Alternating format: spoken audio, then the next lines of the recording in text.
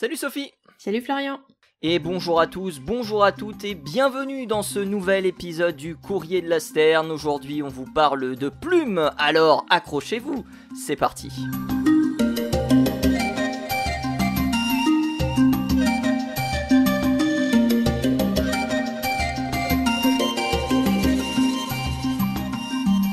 Comment ça va, Sophie? Retour au pays, ça va mieux. Voilà. C'est une question que je te pose assez souvent et dont je connais souvent d'ailleurs le résultat. Oui.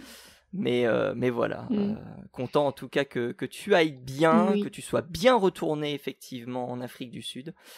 Et puis on sera évidemment toujours là pour parler d'oiseaux, bien sûr. Mais on continue à parler d'oiseaux. Sur n'importe quel Tu nous continent. parles de...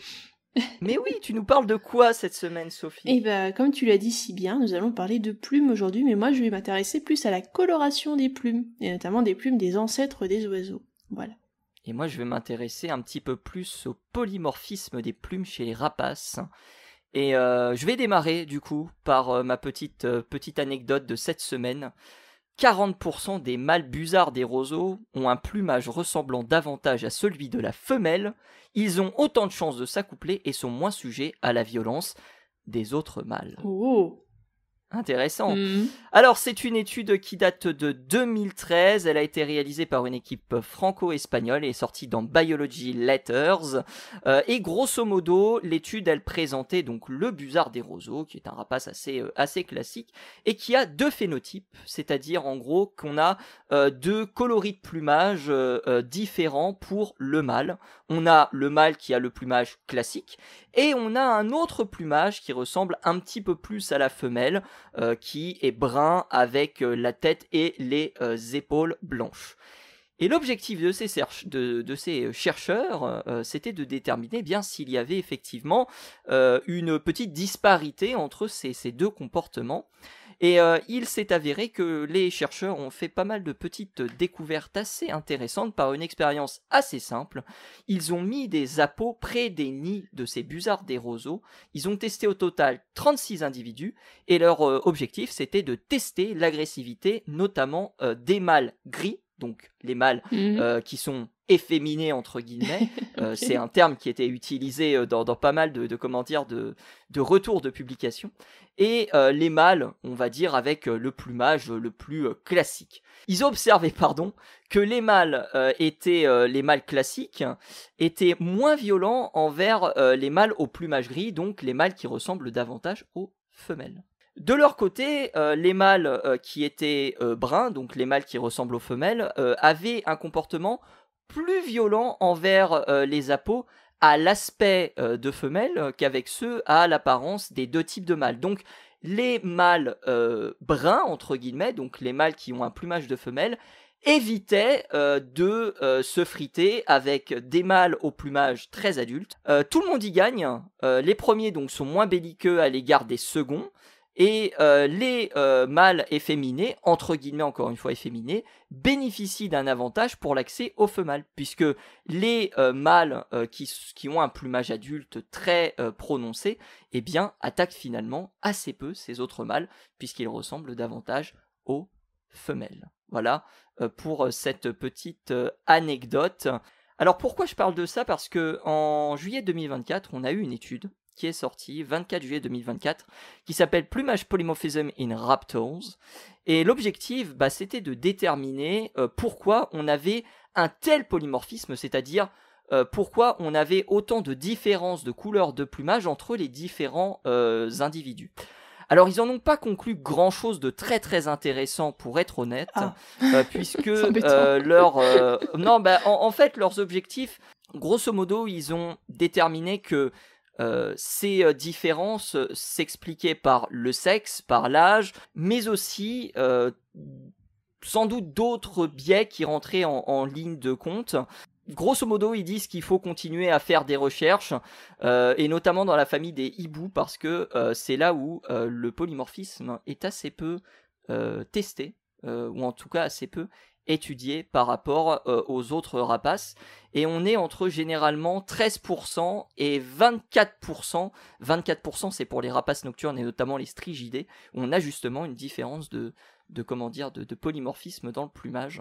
Donc il y a énormément encore de travail à faire. On connaît la buse variable qui existe en 10 ou 11 coloris disponibles. Eh bien il y a de très fortes chances qu'on ait d'autres rapaces qui justement aient à nous délivrer d'autres petits secrets. Mais voilà pourquoi le busard des roseaux mâle peut avoir justement deux types de plumage, et les scientifiques en ont conclu que l'oiseau avait un intérêt évolutif pour pouvoir posséder ce plumage. 40%, on le rappelle, des plumages de mâles sont des plumages de mâles ressemblant à des femelles. Oui, mais alors il y a quand même une question que je me pose. Après, tu m'arrêtes si tu trouves pas ça logique, mais pour les mâles qui ressemblent à des mâles, l'intérêt est moindre en fait, parce que eux, du coup, ils se font voler leurs femelles par les mâles qui ressemblent à des femelles, non ? Eh ben, je sais pas, parce que honnêtement, je ne sais pas.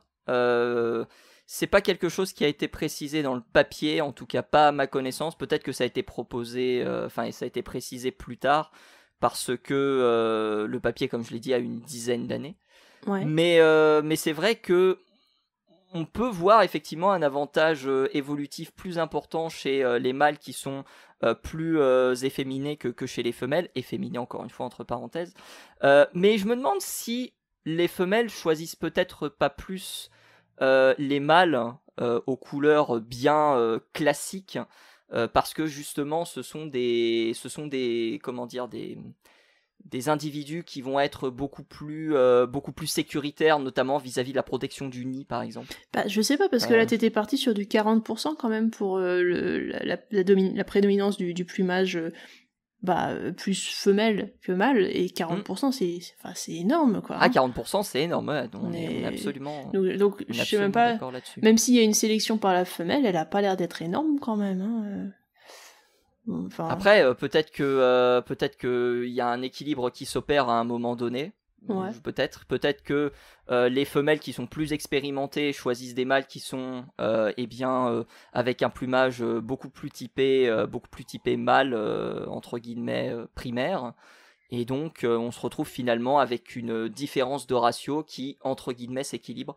Honnêtement, je ne sais pas du tout où est allée cette étude, et peut-être qu'on aura des informations complémentaires un petit peu plus tard. J'ai fait quelques recherches, mais il n'y a pas grand-chose. C'était compliqué de retrouver déjà l'étude de base, donc voilà, peut-être qu'il y a eu d'autres travaux qui ont été faits depuis, mais c'était assez difficile de retrouver toutes ces informations et de les mettre ensemble, bien que j'ai réussi à retrouver l'étude au final, mais c'était compliqué. Oui, mais c'est super intéressant, hein, ça c'est clair.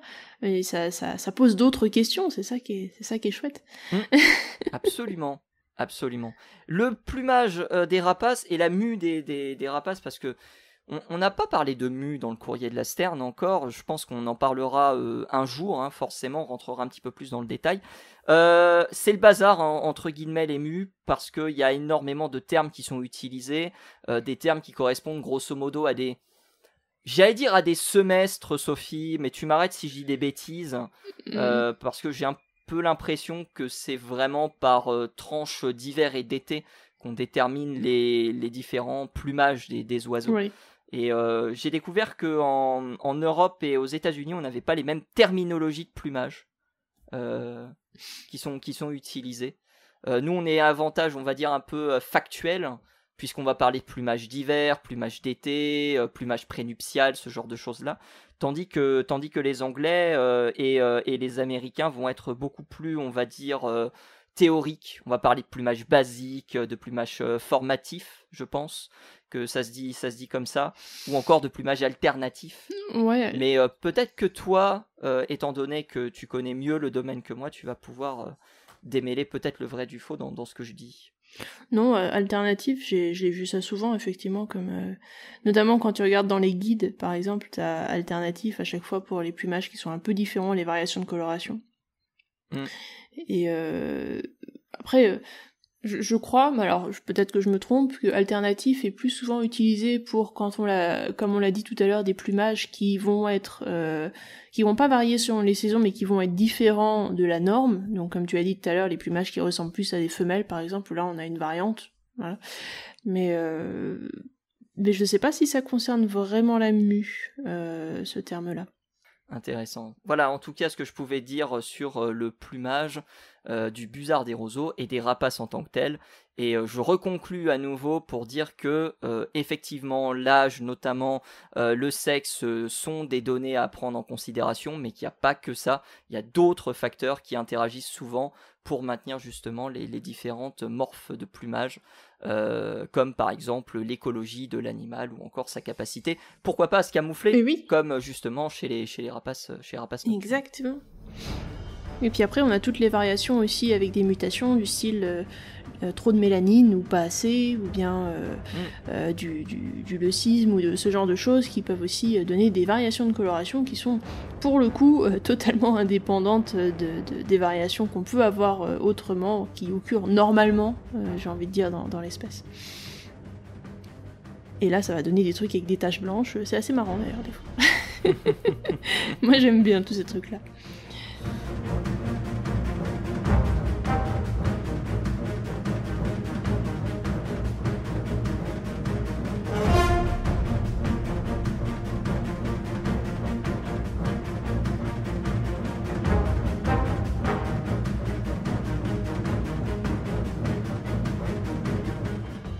Ouais, c'est mignon. Tu parlais de taches blanches. Oui. Transition. Oh, attention. Oh, pour parler de couleurs de plumage. Bah oui, on reste dans la coloration. Alors, ça va parler de quoi? Parce qu'on avait déjà parlé de couleurs de plumage, je crois, chez les dinosaures. Oui, on en a déjà parlé. Effectivement. Alors, retournons. Est-ce qu'on retourne dans le monde préhistorique ou un petit peu plus contemporain? Non, on va retourner assez loin quand même parce que en fait on va faire le parallèle entre ce qui s'est passé avant et ce qui s'est passé aujourd'hui pour avoir une idée de la coloration des ancêtres des oiseaux actuels. Ok. Et donc il y a un papier qui est sorti il y a assez récemment, qui est sorti. Malheureusement, il est sorti dans Nature Ecology and Evolution. Du coup, c'est un papier qui n'est pas en libre accès. Je suis désolée. Je vous mettrai quand même le lien au cas où, mais bon. Pour le coup, faudra aller voir sur d'autres plateformes parce que sur celle de Nature, c'est pas ouvert. Vous avez juste l'abstract. Mais ce papier, qu'est-ce qu'il dit en gros? Il parle de la couleur des oiseaux actuels et aussi de la couleur de leurs ancêtres. Et donc en fait ce qu'ils ont fait, et donc il y a toute une équipe de scientifiques, il y a quand même un paquet de monde, qui sont amusés à prendre quasiment, je dirais pas tous les oiseaux actuels, mais la majorité des espèces qu'on connaît actuellement. Donc on est allé parti chercher quand même de la grosse data là, hein. Il y a beaucoup de données. Donc ils ont récupéré toutes les colorations des oiseaux actuels. Ils ont codé tout ça dans une grosse database. Et ils ont essayé de sortir des conclusions à partir de ça. Et l'une de leurs grosses questions, qui finalement était quelque chose, comment dire, c'est pas exactement une question, mais c'est quelque chose qu'on pensait acquis, c'est quelque chose qui nous semblait logique. Bah tiens, je vais te dire l'affirmation, tu vas me dire si toi tu trouves ça logique. On pense que sous les tropiques, les oiseaux sont généralement plus colorés, ont des couleurs un peu plus iridescentes, enfin bref, des choses un peu plus voyantes. Qu'est-ce que t'en penses? Est-ce que... Oui, j'en pense que c'est effectivement vrai. J'avais lu des trucs là-dessus. Il me semble que c'était une histoire sur le sporophile.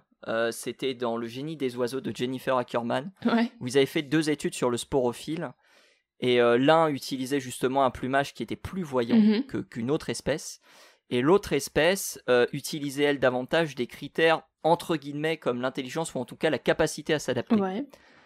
Et c'était hyper intéressant de voir le parallèle entre les deux, de se dire que on a des animaux avec un plumage qui sont, très colorés pour pouvoir attirer les femelles dans un certain, dans une certaine voie, et de l'autre côté, on a davantage un aspect un petit peu plus logique pour attirer les femelles dans une autre.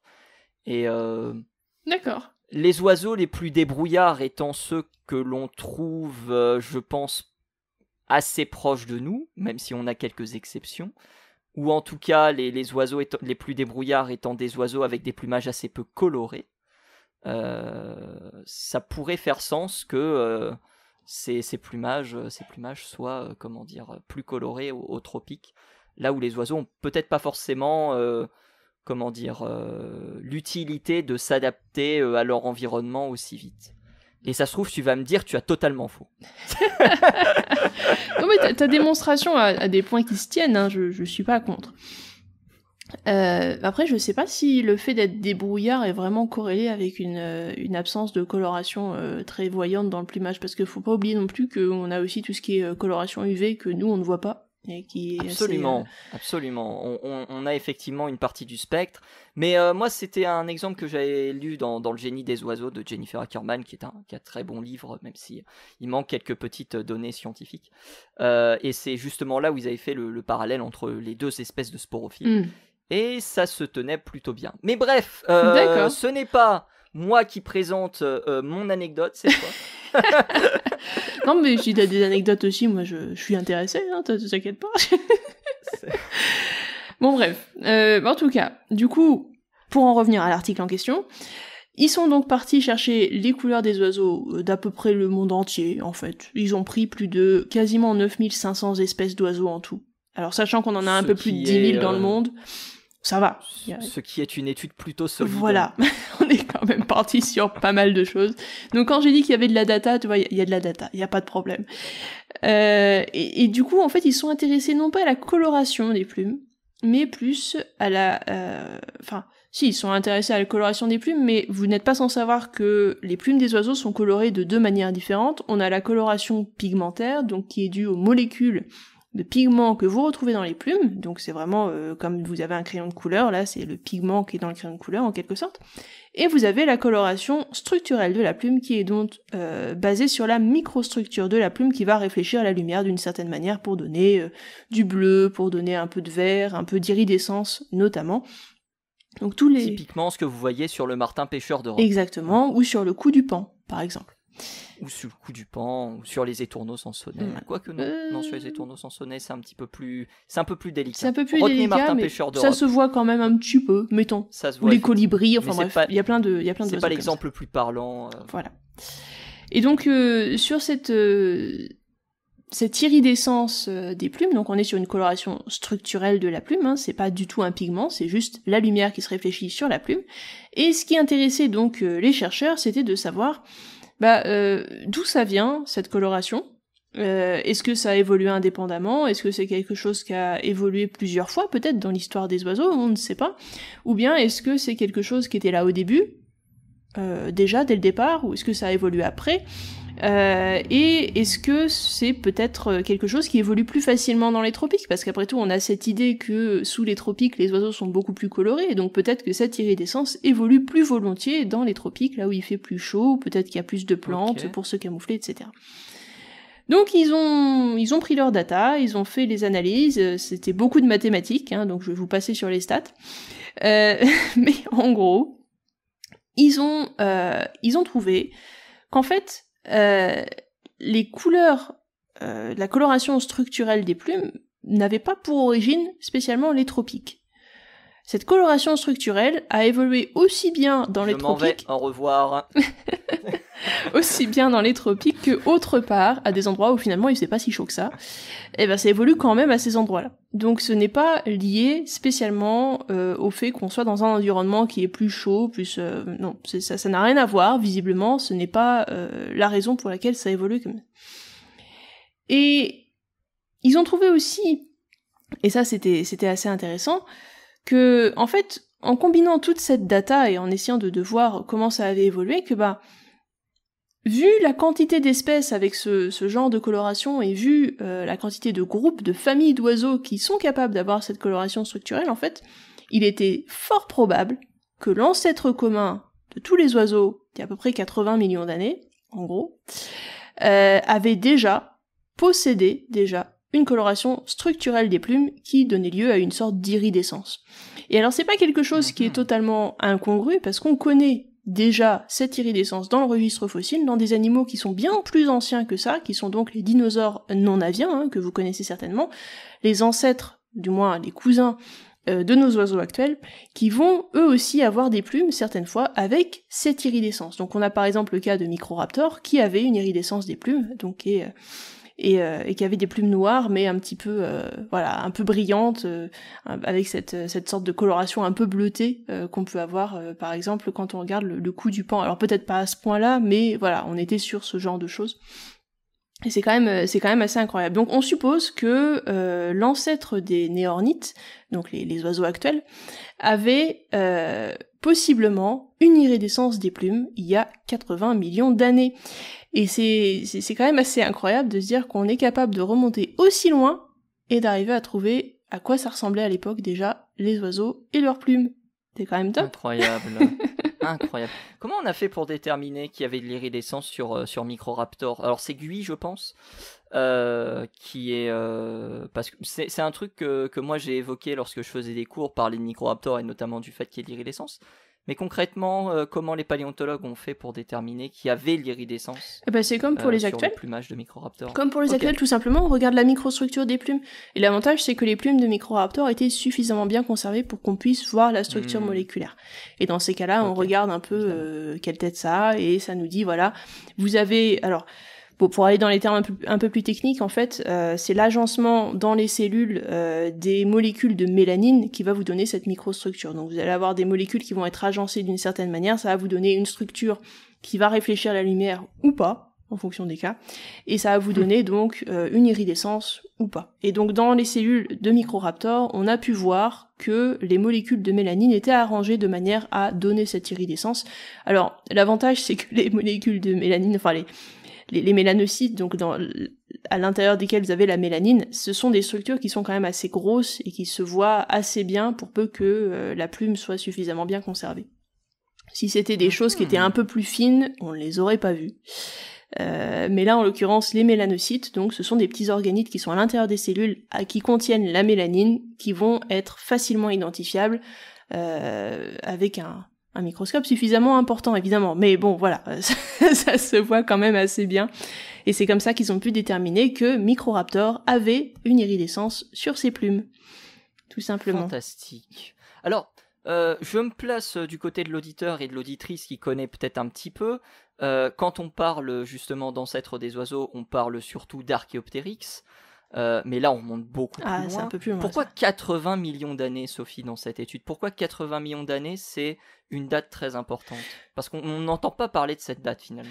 On n'en entend pas vraiment parler beaucoup, parce qu'en fait, c'est pas une crise d'extinction, par exemple, comme la crise d'extinction Crétacé-Paléogène, 66 millions d'années, celle-là, on la connaît un peu plus. Mais là, en fait, ces 80 millions d'années, c'est une date qui a été inférée par analyse phylogénétique, qui nous permet en fait de revenir un peu en arrière en fonction de ce qu'on a actuellement au niveau des oiseaux, au niveau des familles. On essaie de rechercher la date à laquelle tout ça a divergé, avec un ancêtre commun en quelque sorte. Donc grâce à des analyses génétiques, analyses moléculaires principalement, on est capable de reconstituer les vitesses évolutives de ces animaux-là en fait, et de se dire ok, ils ont plus ou moins divergé à cette époque-là, et donc c'est à partir de cette époque-là que le groupe des oiseaux actuels, les néornites, est né. Et donc on a donné cet âge d'à peu près 80 millions d'années parce que c'est la naissance du groupe des néornites, tout simplement, et on suppose que l'ancêtre commun de tous les oiseaux actuels est né plus ou moins autour de 80 millions d'années. Incroyable. Et ça, on a un fossile qui le sanctionne, c'est ça? Non. D'accord. Après, ça, c'est comme les histoires de chaînons manquants, en fait. D'accord. Les ancêtres communs, ce sont des ancêtres communs hypothétiques. Ce sont des choses, on suppose, qui ont existé, mais qui ne sont pas forcément conservées dans le registre fossile. Donc on n'a pas l'oiseau qui était vraiment à l'origine des néornites, on ne l'a pas et ne l'aura certainement pas. Ce sont des, et on l'aura jamais. Voilà, ce sont des ancêtres communs hypothétiques, c'est le terme consacré malheureusement. On sait que effectivement il était là à un moment ou à un autre, parce qu'on n'aurait pas pu avoir les oiseaux actuels sinon, ils sont bien descendus de quelqu'un, évidemment. Mais voilà. On ne sait pas exactement à quoi il ressemblait, on ne sait pas exactement à quelle date il est né, et on n'a pas son fossile. Voilà. Incroyable. Et on a un coup de téléphone en direct pour conclure ce petit chapitre. Et pour conclure cet épisode, dans lequel on a parlé de plumes. Et justement, Sophie, où est-ce qu'on te retrouve sur les réseaux ? Alors, quand j'ai le temps, je suis sur Twitter, à être le plumeux. Et sinon, on est sur Entracte Science, sur YouTube, avec Julien. Voilà, donc n'hésitez pas à nous retrouver. On a aussi une page Facebook Entracte Science. Et sur Instagram aussi, on te retrouve de temps en temps. Oui. @leplumeux. Exactement. Chers auditeurs, chères auditrices, c'est la fin de cet épisode du Courrier de la Sterne.